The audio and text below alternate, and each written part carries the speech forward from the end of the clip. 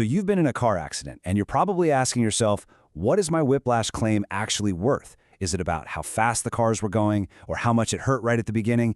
Well, the answer is probably not what you think. In this explainer, we're going to pull back the curtain on the one single factor that truly determines your compensation in Scotland. And trust me, it changes everything.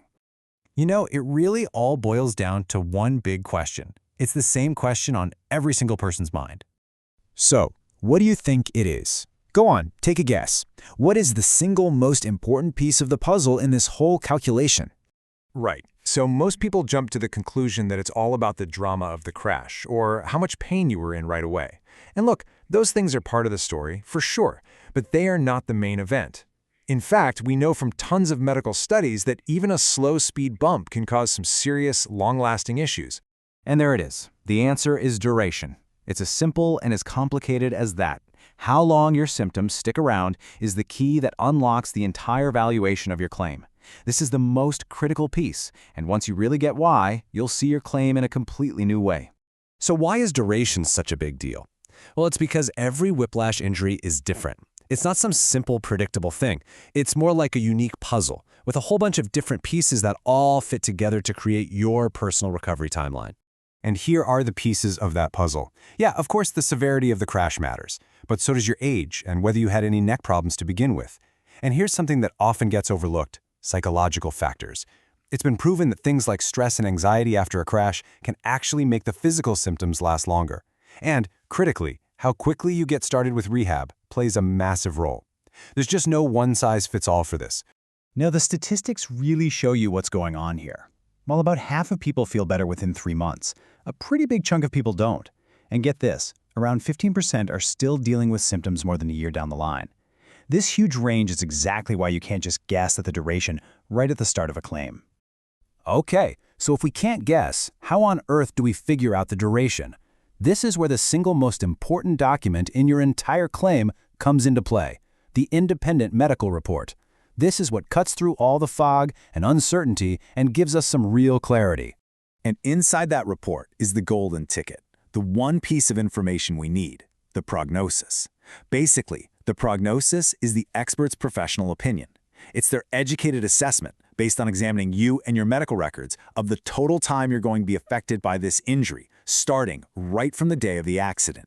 Now, a prognosis isn't always a simple number. It can be fixed, which means the expert is pretty confident you'll be all better by a certain date. It could also be conditional, which means you'll recover, but you need to do something like physiotherapy.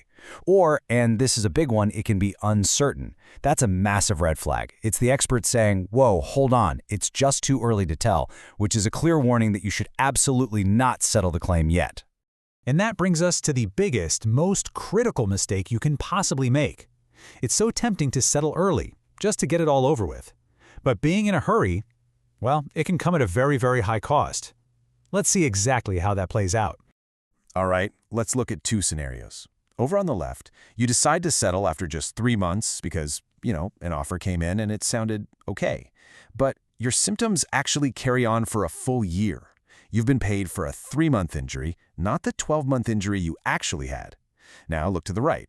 You wait, an expert gives a 10-month prognosis, and your compensation is based on that full duration. You see the difference? The first one is a gamble. The second is a fair, evidence-based assessment. So what does significant undercompensation actually look like in real money? Well, in Scotland, whiplash claims use a fixed tariff system. And under that system, the difference between settling for what a 3-month injury is worth versus what a 12-month injury is actually worth is £505. That's money you're entitled to, just left on the table. And here's why that happens. The compensation isn't a smooth sliding scale. It's set in these fixed tariff bands. The amount you get literally jumps up as the prognosis crosses the line into a new time bracket. It's like climbing a set of stairs, not walking up a ramp. And this right here is the absolute key takeaway. A tiny little difference in the prognosis can cause a huge jump in the outcome. Think about it. An 11-month prognosis might put you in one band, but just 2 more months, a 13-month prognosis, kicks you up into the next higher-paying band. That is why getting an accurate medical report at the right time is everything. Okay, so knowing all this, what can you actually do to make sure you get a fair outcome? Well, the good news is you have more control than you think. Let's get into your game plan. First up, go to all of your medical appointments. Every visit creates an official record of what's going on. Second, keep a simple symptom diary. It doesn't have to be fancy, but writing things down gives the medical expert a detailed picture that one exam could never capture. Third, follow the treatment advice you're given. I mean, it's good for your health, obviously, but it also shows you're taking your recovery seriously. And finally, don't rush back to work or strenuous stuff until your doctor says it's okay. So, listen, when your solicitor tells you to wait before settling, it can feel super frustrating. I get it, but it's so important to remember this is not a delay tactic. It's not them dragging their feet. It's a protective shield to make sure you get compensated for the injury you actually have, not the one it just looked like in those first few weeks. Ultimately, it all comes down to this. The claims process is designed to take time for one very good reason, to protect you from settling for less than your injury is truly worth. The key to the whole thing is patience. So the only question left is, now that you know what's at stake, are you willing to wait?